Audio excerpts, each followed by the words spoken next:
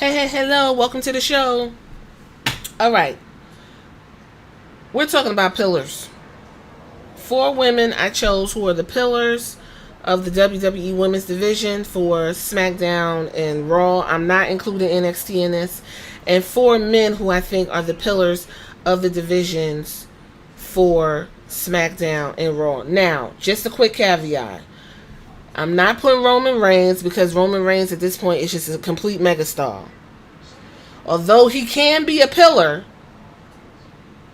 I'm just going to pull more from people who are just like, what's the word? Reliable, always there. You can go to them and ask them for stuff. They're willing to give you assistance, kind of like stalwarts. Okay, Roman Reigns is a stalwart. Charlotte Flair is a stalwart. But right now on the active roster is what I'm focused on. Okay, and this was really hard for me to come up with because it's easy to say the Four Horsemen. It's easy to say the Shield plus one other person. So y'all tell me what y'all think in the comments, of course, and I want you to come up with your own for the women and the men. I would love to see who y'all think are the grease that keeps the wheels going. Like, if these people aren't on TV or at least helping talent get over, it's, you can see the cracks. You can see that they're needed. Of course, honorable mentions go to Charlotte, go to Becky, go to Roman, go to all those guys. Right now, Roman Reigns is on SmackDown, and listen, if he wasn't, I'd probably roll over under the bed and eat bugs. I don't know. So let's go into it. For my pillars of the women's division, I chose first Bayley. Why did I choose Bayley? Bayley's been around a long time. Bayley put in the work. Bayley has had her legendary matches in NXT. Bayley is reliable. Bayley is always there on call. Bayley has gone above beyond this for this company. She put the company on her back during the pandemic. Bayley is willing to reinvent herself. Bayley comes off like someone, if you need help, she will help you or make time to help you. Whether Bayley has a belt or not, Bayley has a place in the WWE's women's division. And when Bayley's not there, it's apparent. When Bayley was injured, her presence not in the women's division was blaring. Like, she needed to hurry up and come back and get back in the groove of things. So I picked Bayley. My next one is Naomi. Naomi has been with the WWE since what, 2008? Since for it seems like forever, but Naomi's not as old as you think. I believe she's like 38. Naomi can do moves that most of the women can't do. Naomi is a ball and breath of fresh air no matter what she does. Naomi is inspirational. Naomi is helpful. Naomi, if her character is anything like Total Divas and she really acts like that, seems like the sweetest person on earth. Of course, until you cross her up, she got an attitude or whatever. Naomi is inspirational in the point that she left the WWE and she ran for her dream. She went to the place where everybody was like, well, that's stupid. She went to Impact, showed up, and showed the fuck out. And how do I know? I signed up for Impact just so I could watch Naomi for that year. And I wanted Naomi to come back to the WWE. That's my selfishness, because I want her where I'm used to seeing her, where I feel like she shines the most and where that's her home. Now, what's going on with Naomi is a different story for a different podcast. But right now, I feel like Naomi is a pillar to the WWE Women's Division. You could put Naomi in any spot and she will deliver. Okay? Next one is Natalya. Hater or lover, Natalya, first of all, looks fantastic. She's not old either. Natalya's about 37, 38.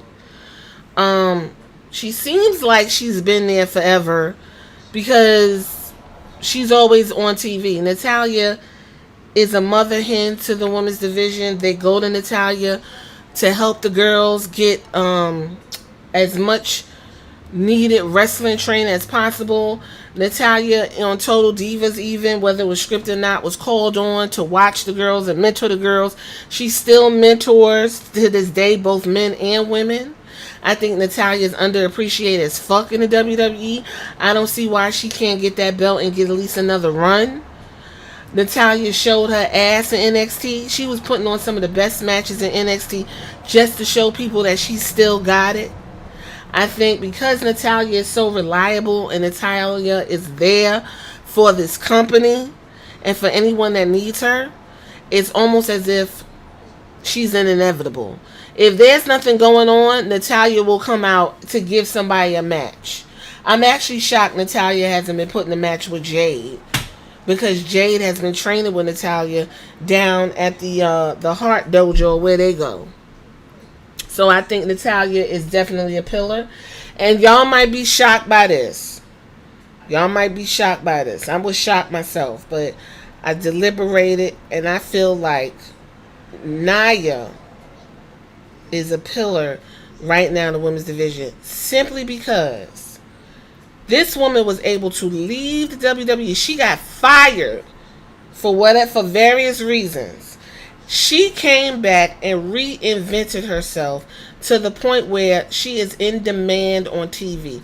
She is now mentoring Tiffany Stratton. They saw her gravitate toward Tiffany Stratton. Okay? I feel like the girls can go to her in the locker room. I feel like she got enough years under her belt to where she can tell you the ins and outs. Nia can go down to NXT and give the girls some pointers, trips, and tips, and tips. I think Nia, for all of her faults and what most people consider like a lack of training and just maybe just flat out recklessness, I think she brings something to the WWE that is not there. If Nia was not there, it would be missing. And that is a bigger woman that moves across the ring and is able to tell a good story and keep you invested. People are watching Nia this run. And because of that, I think she right now in 2024 is a pillar in the women's division. Okay? Now I know y'all probably like, this bitch crazy. And that's why I want you to go in the comments and tell me how crazy I am. Next one. The pillars for the men. First one, I chose Randy Orton. Why? Because he's seasoned. Randy seems like he has aged into maturity. He seems like he is available to help.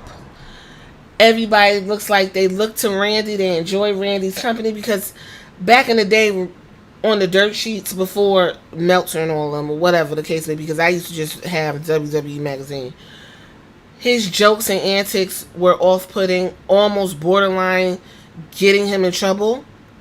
I see he's learned and grew, and he sees the error of his ways and is willing to correct and help out around his co-workers.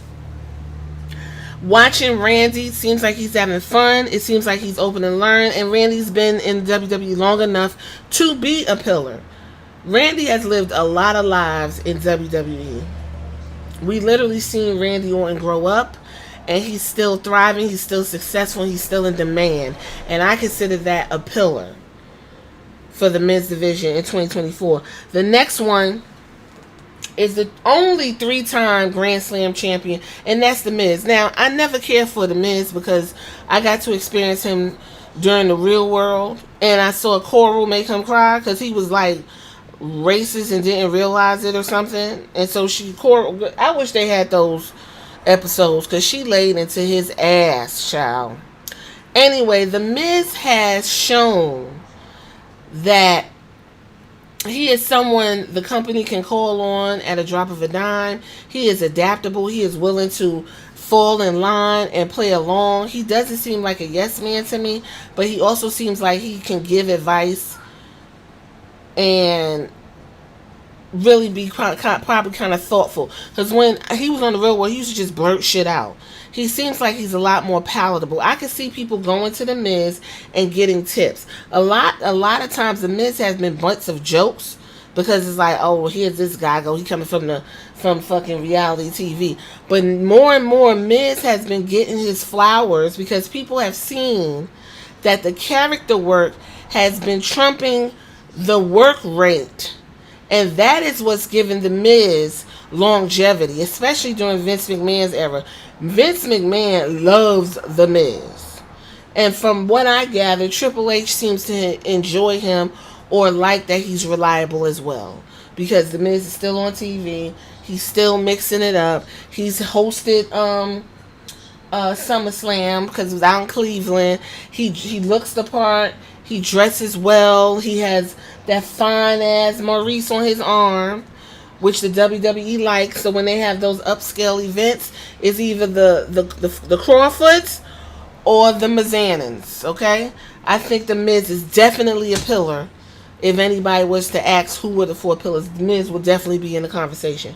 The next one, I go with R-Truth.